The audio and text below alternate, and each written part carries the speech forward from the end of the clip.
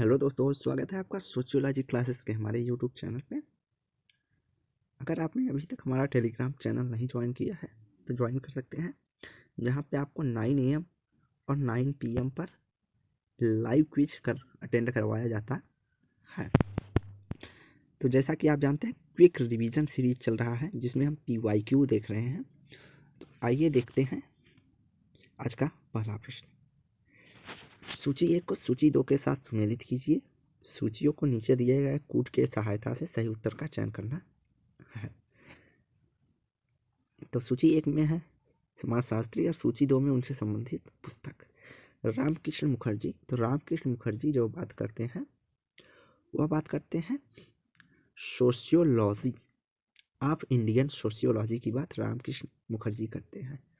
योगेंद्र सिंह बात करते हैं ideology and theory in Indian sociology. B N Dhanagare बात करते हैं themes and perspective in Indian sociology की। और BS कोहन बात करते हैं an anthropologist among the historian and other essays. तो हमारा राइट आंसर हो जाएगा C 214 अगला है संस्कृतिकरण की अवधारणा में प्रभुजात की अवधारणा को शामिल कर श्रीनिवास क्या करना चाहते थे। संस्कृति के रीति रिवाजों के कारकों की उपेक्षा करते थे, धर्मनिरपेक्ष कारकों पर अधिक बल देते थे, संस्कृति के पवित्र और धर्मनिरपेक्ष दोनों ही कारकों को सम्मिलित करके सांस्कृतिक शब्द के अर्थ को व्यापक बनाते हैं, या परंपरागत ग्रामीण संरचना पर ग्रामीण प्रभाव के कारकों को सम्मिलित करते हैं। तो यहाँ पे जो राइट आंसर हो जाएगा वह होगा C। MN श्रीनिवास ने संस्कृतिकरण और प्रभुजात की अवधारणा को शामिल करके संस्कृति के पवित्र और धर्मनिरपेक्ष दोनों कारकों को सम्मिलित करते हैं और सांस्कृतिक शब्द को और भी व्यापक बनाते हैं। अगला है भारत में समाजशास्त्र के अभ्युदय अर्थात उदय के सामाजिक पृष्ठभूमि का पता लगाएं। भारत में सामाजिक विचार की विरासत, ब्रिटिश शासन के आगमन पर भारत की सामाजिक आर्थिक स्थिति, औद्योगिक क्रांति या भारतीय समाज की पश्चिमी समझ के बारे में भारतीय मनीषा की बौद्धिक।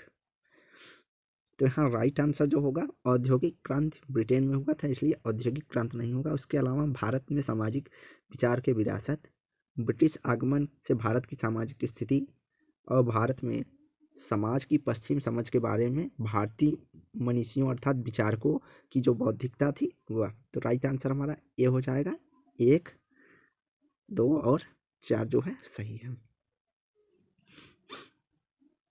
अगला है किसने कहा है कि ग्रामीण समाज में विभाजन का कारण जड़ जोरू और जमीन है। Oscar Lewis, Louis Dumont, Louis Barth या AR देसाई। तो यह कथन जो है ऑस्कर लेविस से संबंधित है। इनका कथन है कि ग्रामीण समाज में जो विभाजन का कारण है वह जड़ जोरू और जमीन है।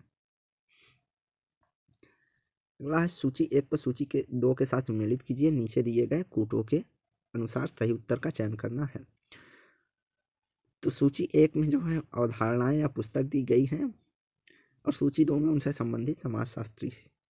तो आइए देखते हैं कल्चरल एंथ्रोपोलॉजी। तो कल्चरल एंथ्रोपोलॉजी की बात जो करते हैं वह इनके बोस करते हैं होमो हायरार्किस, लुइस डूमा की सबसे ज़्यादा पूछे जाने वाली पुस्तक में सम्मिलित है।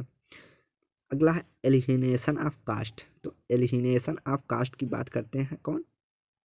भीमराव अंबेडकर। और डाइवर्सिटीज की बात कौन करते हैं? DP मुखर्जी।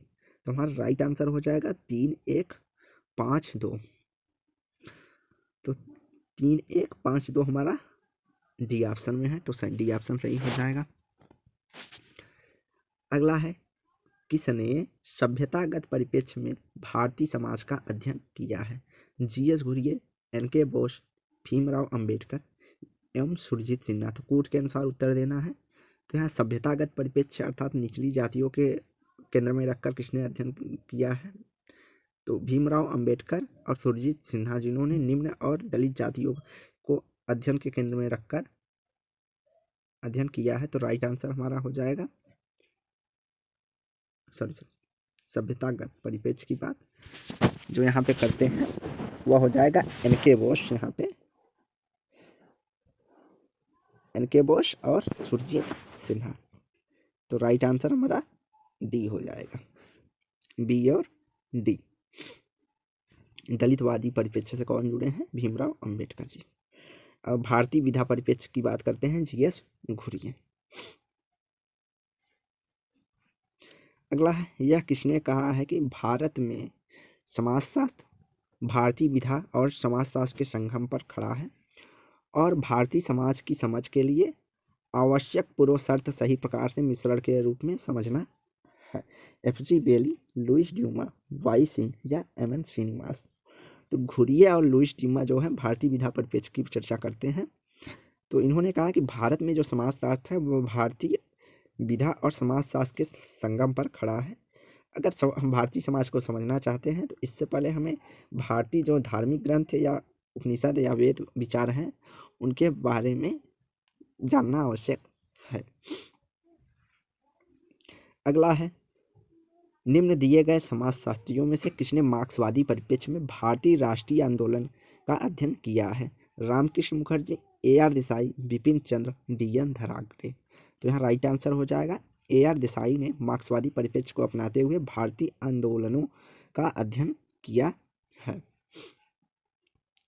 अगला है, किसका विचार है कि भारतीय समाज का वैज्ञानिक अनुभवपरक अध्ययन संभव नहीं है? रामकृष्ण मुखर्जी, डी.पी. मुखर्जी, ए.के. शरण या एस.जी. दुबे। तो यहाँ राइट आंसर हो जाएगा ए.के. शरण ने कहा है कि भारतीय समाज का वैज्ञानिक अनुभवपरक अध्ययन संभव नहीं है, ए.के. शरण कहते हैं। और ये इन्होंने घुरिये के विचारों का खंडन करते हुए अपनी यह बात कही है। जहाँ घुरिये कहते हैं भारतीय समाज का वैज्ञानिक अनुभवपरक अध्ययन संभव है, वहीं इसका खंडन करते हुए ए.के. शरण ने इस शब्द को कहा है। अगला है, एंथनी गिडिंग्स के अनुसार संरचना से अभिप्राय है? मानव जीवन का रूप और आकार, मानव कार्यों से भिन्न या बाह्य, समय और स्थान में अपने आप में मौजूद रहता है, बाधित करना और सक्षम। तो एंथनी गिडिंग्स के अनुसार संरचना से अभिप्राय है बाधित करना और सक्षम करना, अर्थात बनता और बिगड़ता रहता है संरचना इनके अनुसार। अगला है, आज के विश्व के वैश्वीकरण की प्रघटना का वर्णन शून्य का वैश्वीकरण के रूप में किसने किया है? George Ritzer, Jean Baudrillard, Anthony Giddens, Michael फौकाल्ट।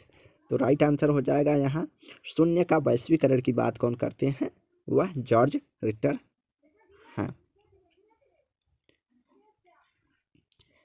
अगला है, वास्तविकता की सामाजिक रचना के लेखक थे? पीटर बर्जर और पीटर बर्जर और लकमैन, निकोलस लकमैन। तो यहाँ राइट आंसर हो जाएगा वास्तविकता की सामाजिक रचना के लेखक जो हैं पीटर बर्जर और टी लकमैन हैं। अगला है, यह किसका कथन है कि सजातीय समूहीकरण मूल कारक होते हैं? इस अर्थ में वे मानव अस्तित्व की ही अवस्था में निहित होते हैं। Frederick Barth, Clifford Geertz, Max Weber या माइकल गारफील्ड स्मिथ।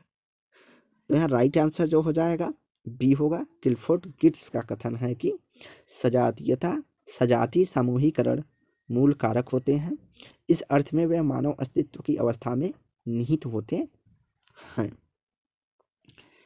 अगला है, तीसरी दुनिया के देशों के कार्यों को पर्याप्त पुनः स्थापन का वर्णन करने के लिए new international division of labour का प्रयोग किसने किया है? Froebel, Emile Durkheim, Auguste Comte या एडम स्मिथ। तो new international division of labour की बात करते हैं एफ फ्रोबेल। वहीं जो दुर्खीम की पुस्तक इससे मिलती जुलती है, division of labour in society है। अगला है, सूची 1 को सूची 2 से सुमेलित करना है दिए गए कूटों के अनुसार। तो यहाँ डिलिक्वेंस एंड द अपॉर्चुनिटी का संबंध किससे है? वह क्लिफोर्ड और वहलिन से है। सोशियोलॉजी ऑफ डेविएंट बिहेवियर से किसका संबंध है? तो क्लीनार्ड से है। और सोशल इनइक्वालिटी की बात करते हैं आंद्रे बेतई डेविएंस एंड सोसाइटी की बात करते हैं टाइलर। तो यहाँ राइट आंसर जो हो जाएगा हमारा वह हो जाएगा 1, 1, 2, 3, 4। अगला है सूची 1 को सूची 2 के साथ सम्मिलित कीजिए दिए गए कूटों के अनुसार। तो आंद्रे बिताई बात करती हैं एंटिनॉमीज एंड सोसाइटी। एंटिनॉमीज एंड सोसाइटी की बात आंद्रे बिताई करती हैं। ए आर देसाई बात करते हैं India's path of development. Anthony Giddings की प्रसिद्ध पुस्तक है the consequence of the modernity. वहीं स्ट्रीट ई जोसेफ जो है इनका जो संबंध है ग्लोबलाइजेशन एंड इट्स डिस्काउंटेड से संबंध है। तो यहाँ पे राइट आंसर होगा 2, 1, 4, 3। तो 2, 1, 4, 3 हमारा किसमें है, सॉरी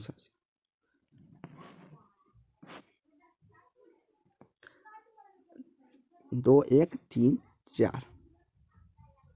यहाँ पे थोड़ा सा जो है यहाँ पे जो है उसमें विकल्प में गड़बड़ दे दिया है। 2, 1, 4, 3 होना चाहिए। तो राइट आंसर हमारा बी होगा।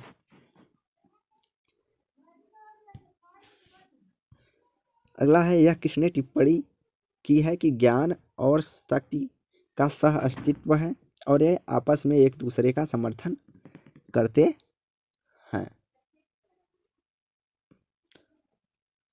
Jacques Derrida, Anthony Giddens, Jurgen Habermas या एम फूको या फोकाल्ट। तो ज्ञान और शक्ति की अस्तित्व की बात कौन करते हैं, वह मिशेल फूको है जिन्होंने कहा ज्ञान और शक्ति सह अस्तित्व है, अर्थात दोनों का अस्तित्व एक दूसरे से जुड़ा हुआ है। जिसके पास ज्ञान है उसके पास शक्ति होगी।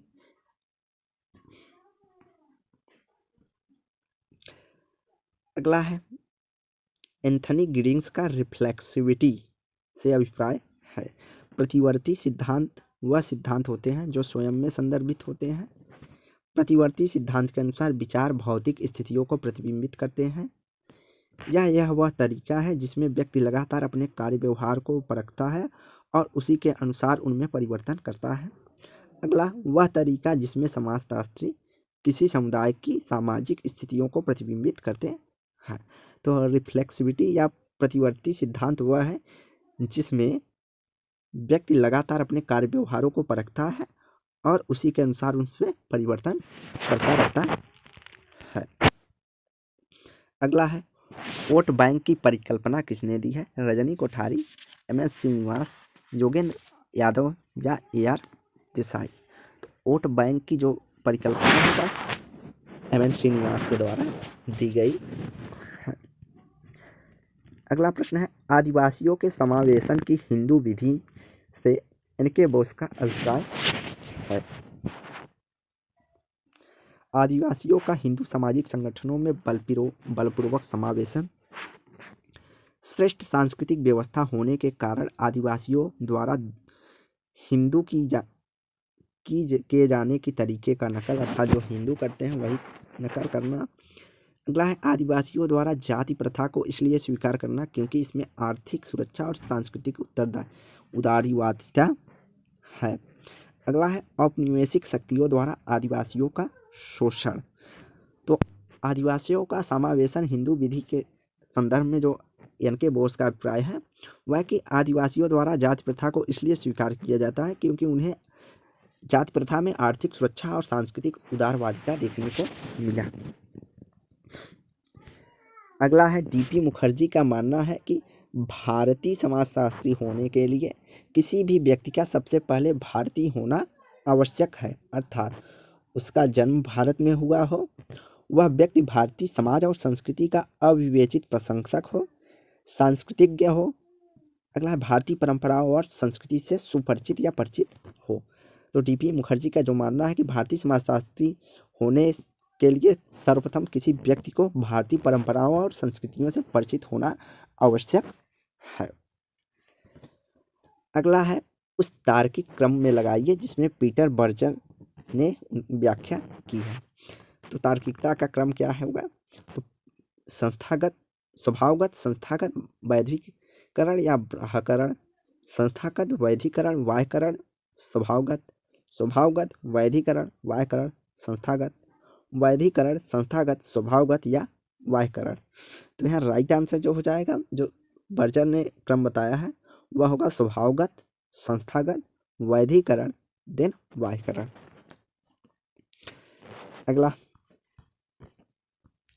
अगला है निम्नलिखित विधियों में से एच गारफिंकल ने लोक विधि शास्त्र की अपनी व्याख्या में किसी विधि का उपयोग किया है? प्रलेखी विधि का, विच्छेद परीक्षण का, दृष्टिकोण की पारस्परिकता का, या अन्य का सिद्धांत। तो नीचे दिए गए कूटों से सही उत्तर का चयन करना है। तो यहाँ जो हो जाएगा राइट आंसर वह होगा डी।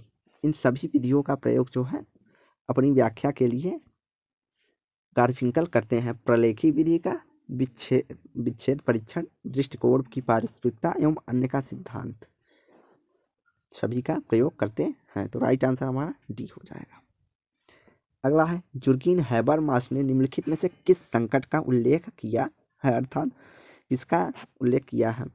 आर्थिक संकट का करते हैं, राजनीतिक संकट का इन्होंने नहीं किया है, वैध संकट, वैधता का संकट की बात करते हैं, और विवेक का संकट की बात करते हैं। तो यहाँ राइट आंसर जो हो जाएगा वह हमारा बी होगा। आर्थिक संकट, वैधता का संकट और विवेकी का संकट की चर्चा जो है जुर्गेन हैबरमास करते हैं। अगला है निम्नलिखित में से कौन सी पुस्तक इरविन गाफ द्वारा लिखी गई है? तो रिलेशन इन पब्लिक की बात इरविन गाफमैन करते हैं, बिहेवियर इन पब्लिक प्लेस की बात इरविन गाफमैन करते हैं, और फॉर्म ऑफ टॉक की बात जो है इरविन गाफमैन करते हैं। वहीं सोशल बिहेवियर और इट्स एलिमेंट्री फॉर्म की बात इन्होंने नहीं की है। तो यहाँ राइट आंसर जो हो जाएगा वह हो जाएगा 1, 2, 3 इरविन गाफमैन से संबंधित पुस्तक है। अगला है गिडिंग्स का संक्रोल का सिद्धांत निम्नलिखित में से शामिल है? एकल व्याख्यात्मक, दोहरा व्याख्यात्मक, बोली व्याख्यात्मक, ऐतिहासिक व्याख्यात्मक।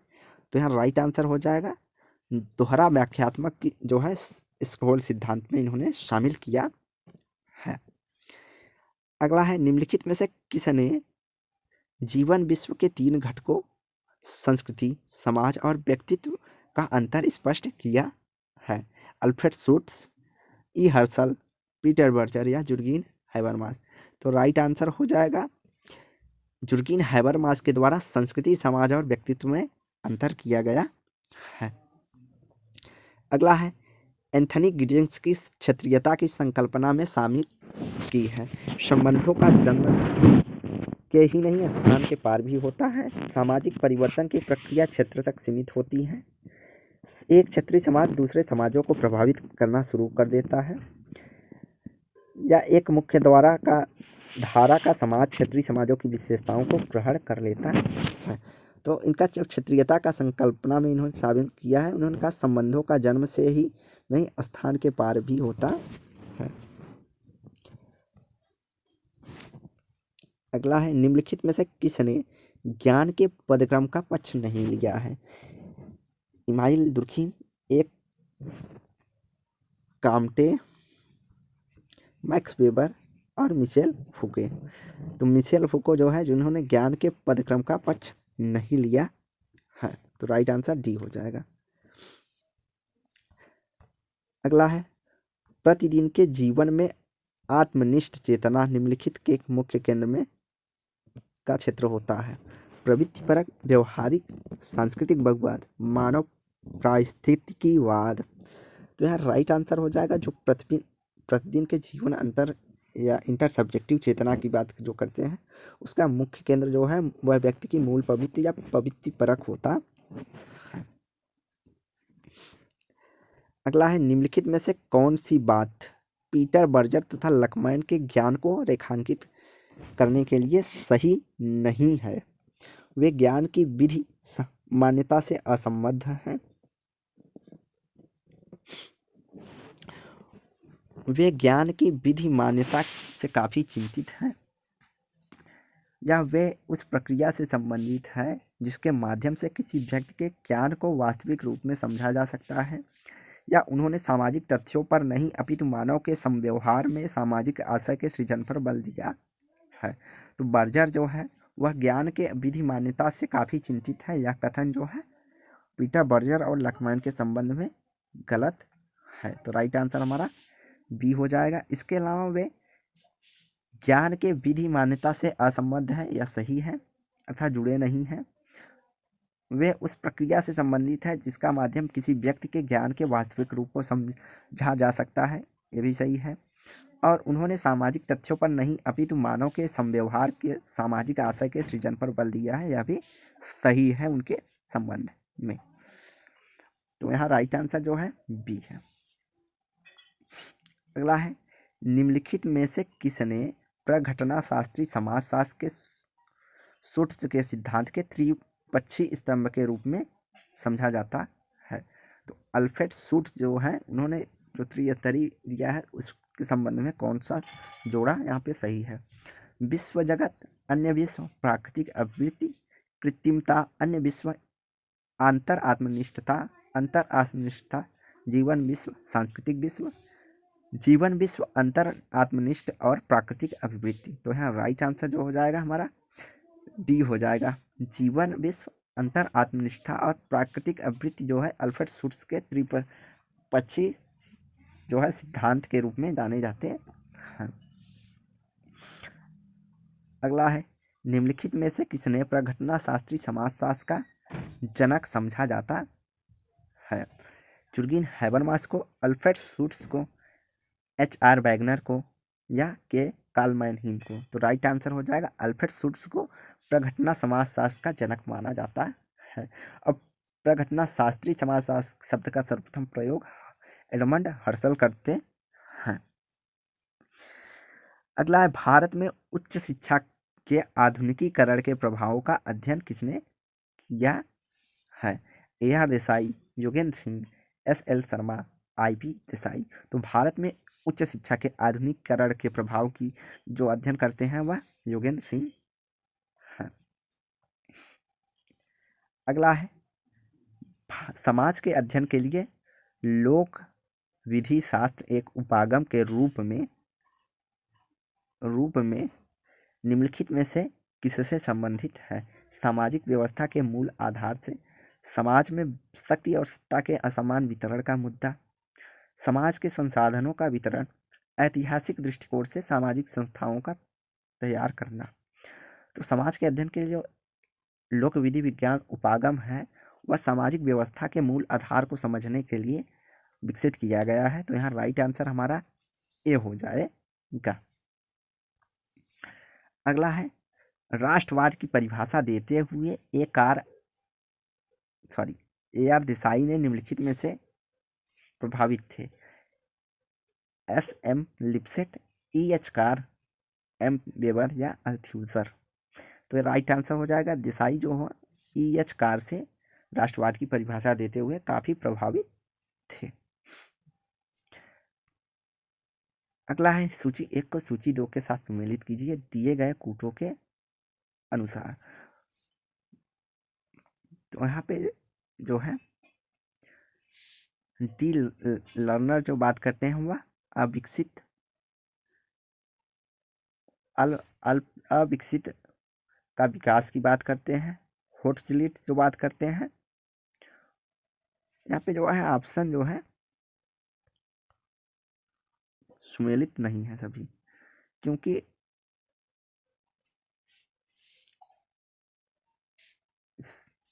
तो देखते हैं डी लर्नर जो बात करते हैं वह अल्प विकसित विकास का बात करते हैं। बी होजलविट जो बात करते हैं वह बात करते हैं आदर्श प्रकार की। एजी फ्रैंक बात करते हैं किसकी? प्रसार की। और आइंस्टीन अर्थात वालरस्टीन जो बात करते हैं वह विश्व प्रणाली की बात करते हैं। तो इससे समलर जो है वहाँ पे ऑप्शन होगा हमारा, यहाँ पे 4 होगा और यहाँ पे 3 होगा, तब राइट आंसर हमारा ए हो जाएगा। डी लर्नर अविकसित समाज की बात करते हैं, होजलविट आदर्श प्रकार की बात करते हैं, एजी फ्रैंक प्रसार की बात करते हैं और आई वालरस्टीन जो है विश्व प्रणाली की बात करते हैं। अगला है टीपी मुखर्जी के संबंध में निम्नलिखित में से कौन सा कथन गलत है? उन्होंने बोली उपागम का उपयोग किया है। उन्होंने मार्क्स दिल थे वेदांता के उपागम को मिला दिया है। उन्होंने प्राथमिक माध्यमिक और तृतीयक के बीच परंपराओं का अंतर किया है। और अगला है आधुनिकता को स्वतंत्र परंपरा के रूप में समझा जा सकता है। तो यहाँ पे पूछा है कौन सा कथन गलत है। तो उन्होंने बोली उपागम का उपयोग किया है, यह सत्य है। उन्होंने मार्क्स दिल्थे वेदांत के उपागम को मिला दिया है, यह भी सत्य है। प्राथमिक माध्यमिक और तृतीयक के बीच के परंपराओं को अंतर के रूप में उन्होंने देखा है।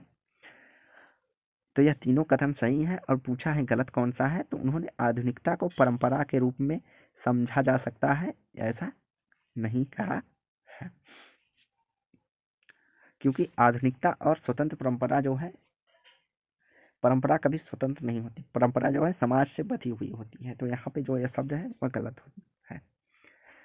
अगला है निजाती कार्य प्रणालियों के बारे में निम्नलिखित में से कौन सा सही है?